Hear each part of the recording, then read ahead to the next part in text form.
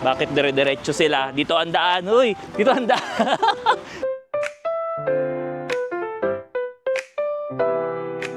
Oh my God! $32.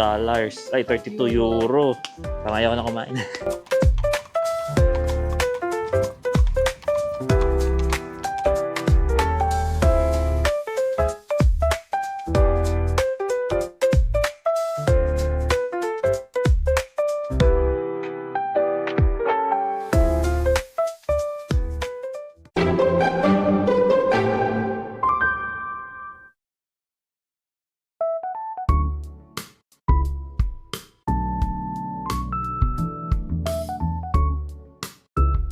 Good morning guys! Second day namin ngayon sa Europe and punta kami sa Salzburg. doon, punta kami sa Salzburg. Sound of music. Hindi ko rin alam kung anong meron doon, so samahan nyo na lang kami kung anong makikita doon. Right now, galing kami sa hotel. So kung pinanood nyo yung kahapon naming first day, nilalakad lang namin yung pinagbabaan namin from stop to hotel. Nalaman ko na yung location kung saan kami binaba, doon na talaga yung parang main station, pati yung train nila. Every time na aalis kami, pupunta kami sa ibang lugar, kailangan namin ng 13 minutes walk. So, morning exercise talaga. 6 o'clock na umaga, sobrang lamig, pero prepared naman na kami. Naata ako. Prepared na kami, naka-winter jacket na kami. Kasama namin ngayon si Ate Pao at saka yung husband niya, si Jetro. Ayun sila. So, lakad na sila. Nauna na. Ngayon, bakit dire-diretso sila? Dito ang daan, uy! Dito ang daan! Saan kayo pupunta? Namali na sila. Sige. Kasi yun yung tulay eh. Yung tawiran, no? Sige. So, iba dadaanan namin. So, try ko mag-take ng mga video nung mga lalakaran namin ngayon.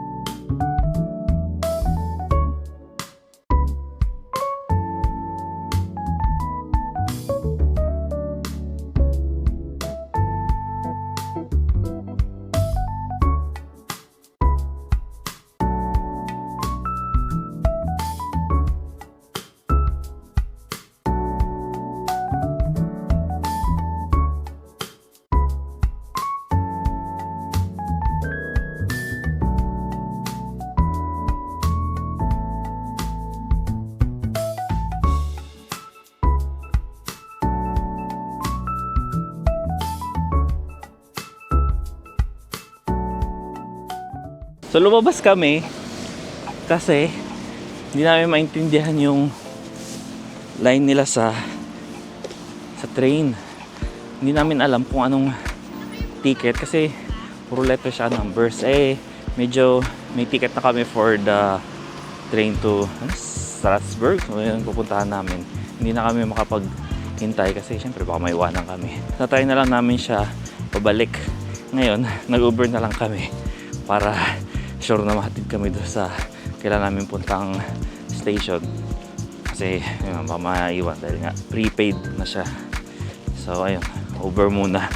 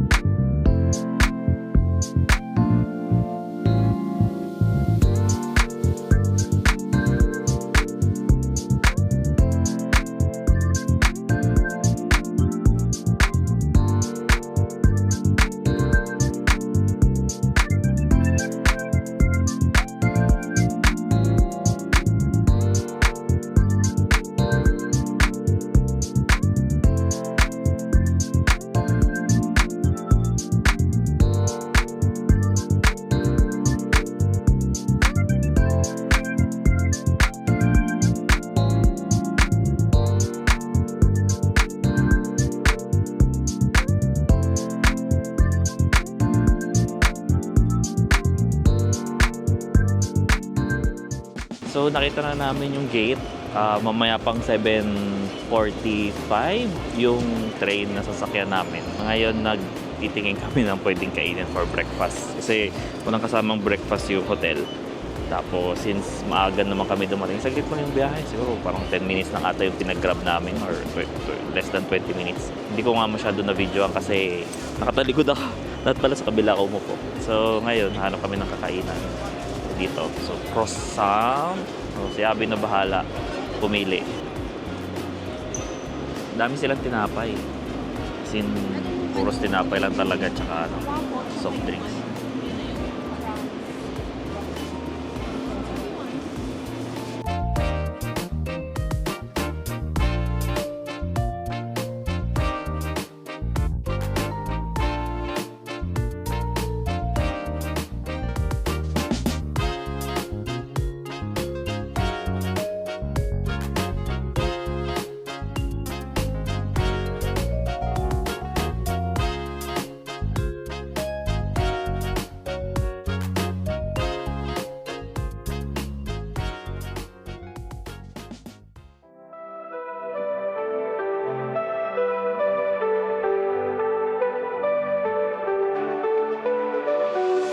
Seven o'clock train rolling fast, see lights flashing as we pass. Leaving worries left behind on the tracks to clear my mind. Whistles blowing down the line, echoes in the morning sky. Simple life I leave tonight, in the dark towards the light. 7 o'clock train carry me to the dreams I wanna see. Chugging through the hills and plains, freedom in those railway chains.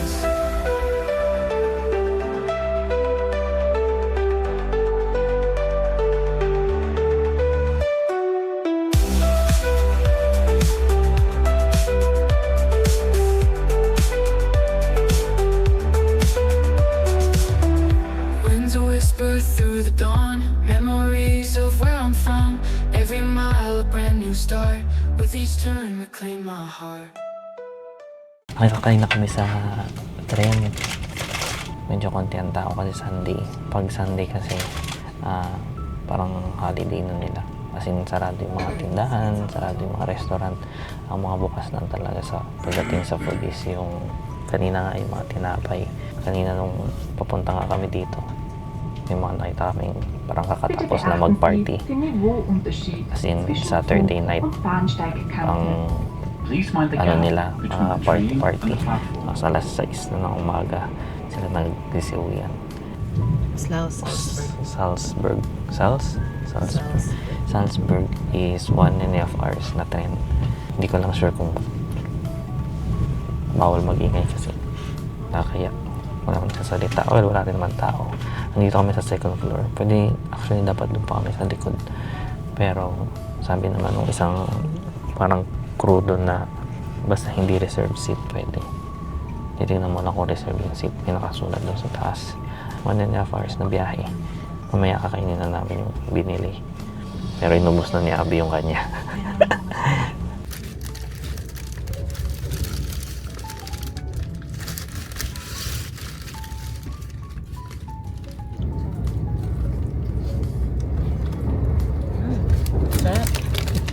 Ikaw taga food taste. Cinnamon. Kanya? Bravo. Mga lumpata. Bili lang ng bili. Paano yan? Eh, vlog ng pang-budget meal ito. Joke lang. Bali yung kung naman yun. Cinnamon bread. 2.7 euros ang isa. So, parang 160 pesos. Parang ganun siguro. Isa lang ba yung binili? May mga palpadita. Gusto mo? Ayan. Ubus mo na sarap eh. So, ikaw pala sa vlog na to. Ayaw ka naman. Nagutom. Ubus ka na yan. Ako taga-ubos.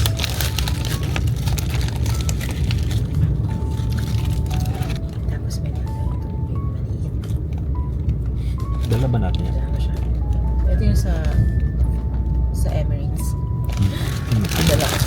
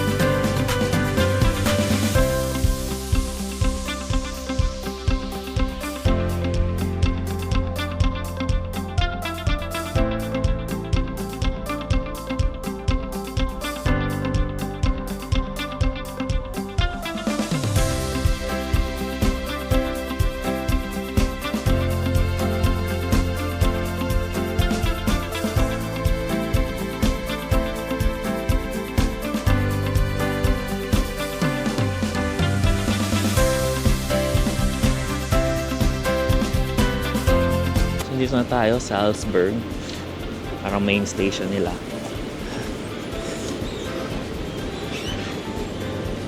Naiwan na ata ako. Sino ba sila pumunta? Nag-purchase kami ng parang one-day pass na parang 31 euros ata. Unlimited. 24 hours kang pwedeng sumakay sa bus or train para makaikot. So, magkano yun? 1.8? Mga ganun. Pero, doon talaga, malang transportation or commute dito sa Germany or sa mga European countries. Ngayon, pumasok sila sa Press and P&B Books. Bibili ata sila ng mga pasalubong. Sa bagay, pwede tumingin naman ng mga pasalubong. So, hopefully, pwede mag-video dito.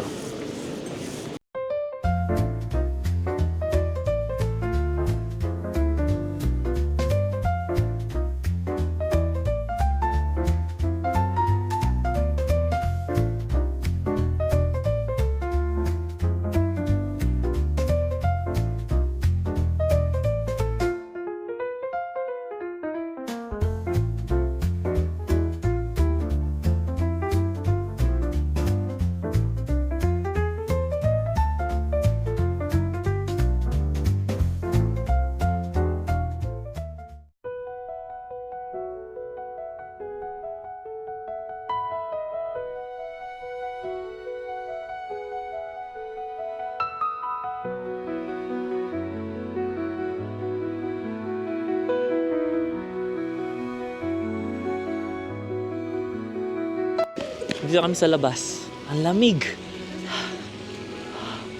Doon, yelo na. Yung mga bundok doon. Sobrang yelo. So, maganda na mag-picture.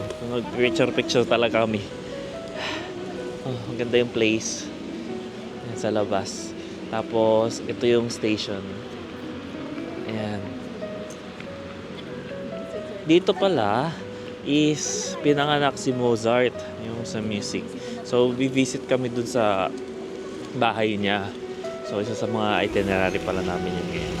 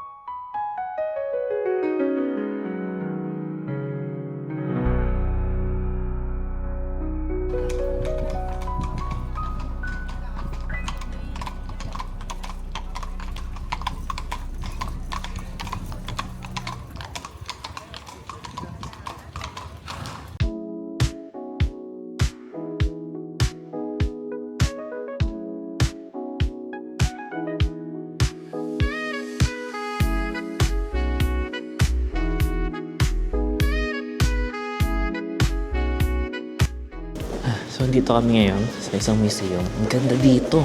Mas malamig pa.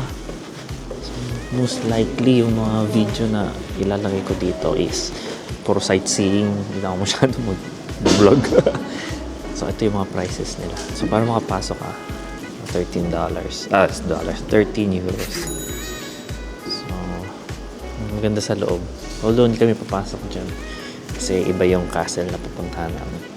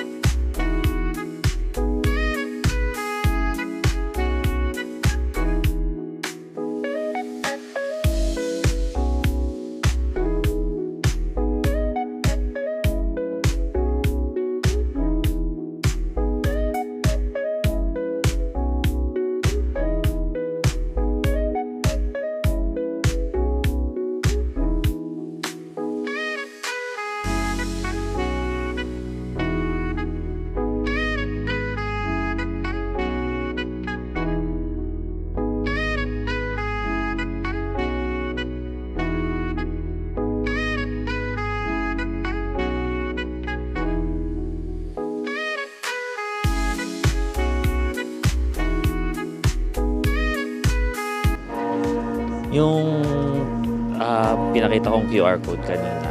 So, hindi lang siya access sa mga tram or bus. Actually, kanina nasa bus kami. Parang hindi namin siya ginamit. Yung mga sumasakay is dire-diretso lang sa pagpasok tsaka sa pagbaba. So, hindi namin sure kung dahil Sunday ba, parang libre yung bus nila. Ngayon, nandito kami sa parang tram, sakayan ng tram. Aakyat kami dun sa castle na pinakita ko kanina sa taas. Tinatanong nila kung yung pinurchase ba namin na parang pass is included na yung tram. Kasi sa taas may 18 euros na entrance. Kasama ng tram, yung tour, yung pag-ikot sa taas. So, parang may musical something. So hinihintay namin ngayon sina Jet. Ayan, mukhang okay.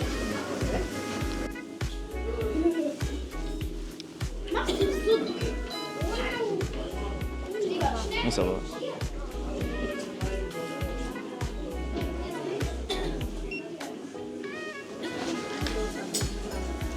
kasama siya sa entrance. So, nakatipid na rin kami. Ganito yung tsura ng tram. Sobrang inclined siya. Parang siguro 45 degrees yung naka-incline.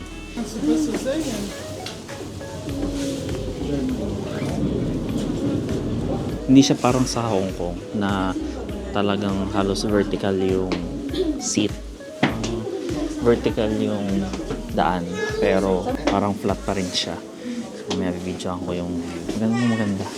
So, nakapwesto kami sa pinakaharap para buong salamin. Maganda yung video.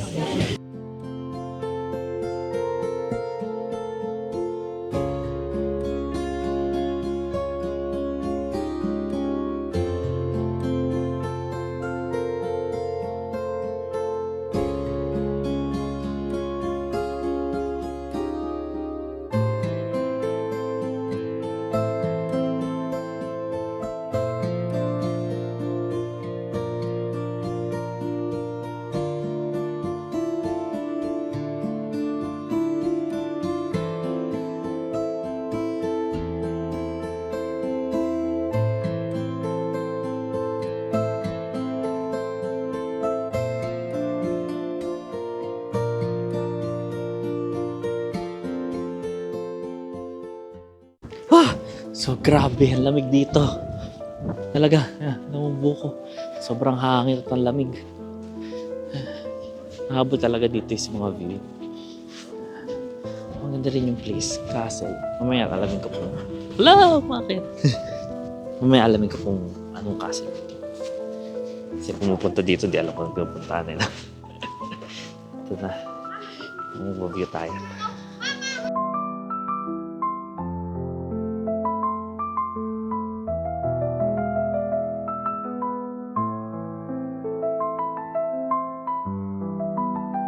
Ano na naman ang iyong comment? Ganda. Ha? Ganda. Ganda. Matas mo.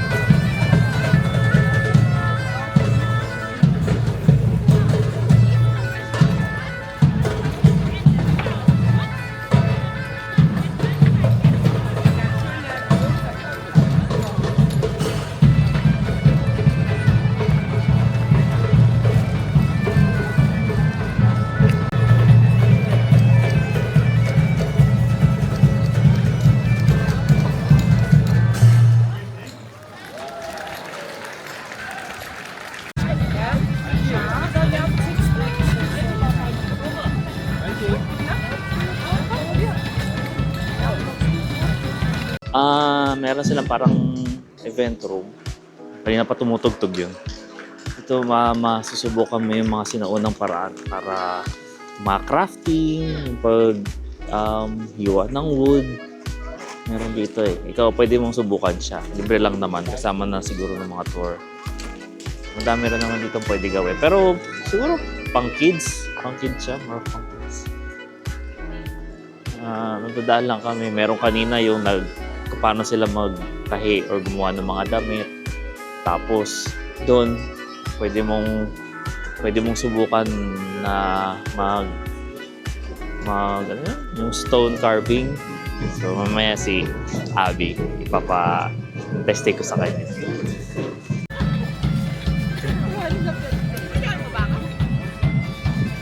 Oh, ano ka? Ibaw mo! So nakita na namin yung talagang pinupuntahan dito. May pala siya castle, fortress. So fortress nung. So itong pinupuntahan dito. Ito talaga siya. Hindi yata kita. Pero Alps. As in, ganda. Malamig siyempre. Ganda. Sa picture ako na gawa ko picture.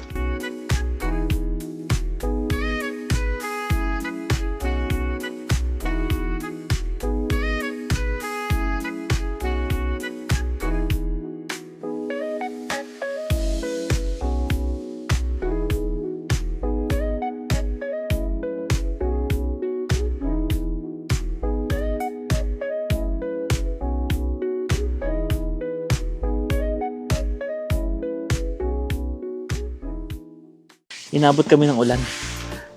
Buti na lang tapos na yung pag-akyat namin sa taas. Fortress. Tapos nga naghanap kami nakakainan na nakita kami Michelin star na restaurant. So, ang pangalan niya is Last of gold. Gast of Gold Gas. Ayun. So ito siya, Michelin star. Ayan. So tingnan namin kung ano yung kanilang pwedeng kainin dito. Oh my God! $32. Ay, 32 euro. Parang ayaw ko na kumain. Sige, test tayo sa loob. Let's go!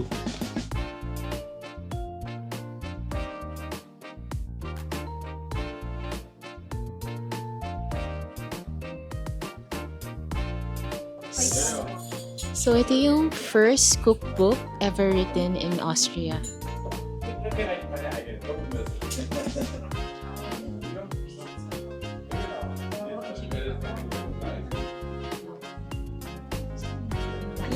Hi!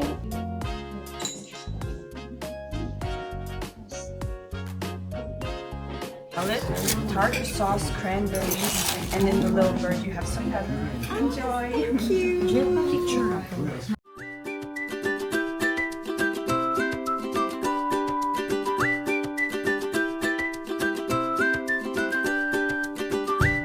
The plates are quite hot.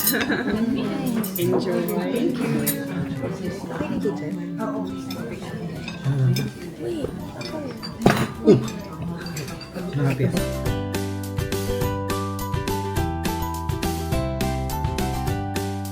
Laki ng serving nila.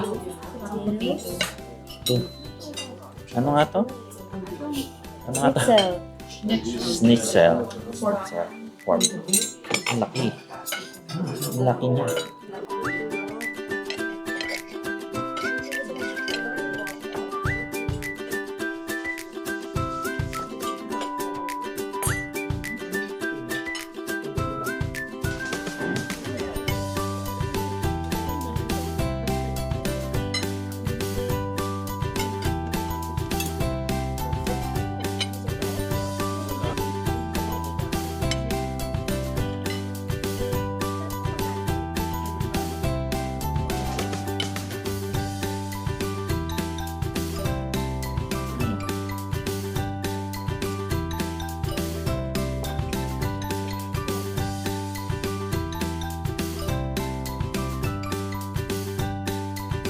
Naabot na kami ng ulan talaga. Malas naman. So, yung food kanina, masarap naman siya. Specialty ng Austria yung kinain ko. Parang pork tonkatsu siya actually. Tapos yung kay Yabi Fish. Yung bill namin is 66 euros. Tapos nag-tip na lang kami na gawing 70. So, ngayon bibili sila ng chocolate dahil kilala ata to. So, talagang madaming tao pumupunta dyan. Kanina nung dumaan din kami dito, madaming mga tourist na bumibili dyan. Medyo, bumili pala. Naku, bumili. 17 euros daw. So, hindi ko alam kung ano yun, kung gaano kadami yun. Ako pinabantayan eh. Ito daw yung bahay ni Mozart, yung yellow.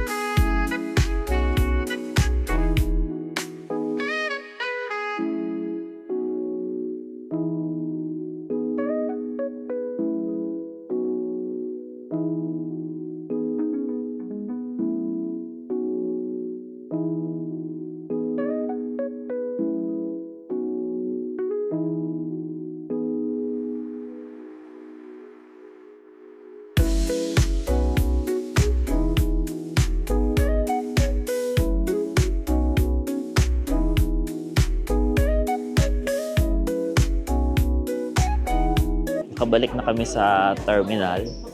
After nung mga flowers do sa park, sumakay din lang kami sa bus. Malapit lang din doon. Then pabalik dito sa terminal ng tren. Medyo pangit yung panahon, kaya sayang. Maaga nga kami dito sa tren. Ang plano namin is like maglalakad pabalik. Kaso yun nga, dahil umuulan, hindi rin naman kami masyado makapag-video, picture. Bumalik na lang kami dito. So, ayun. Sana kahit papaano yung mga video nagustuhan nyo naman. Bukas ulit. Sige, bye.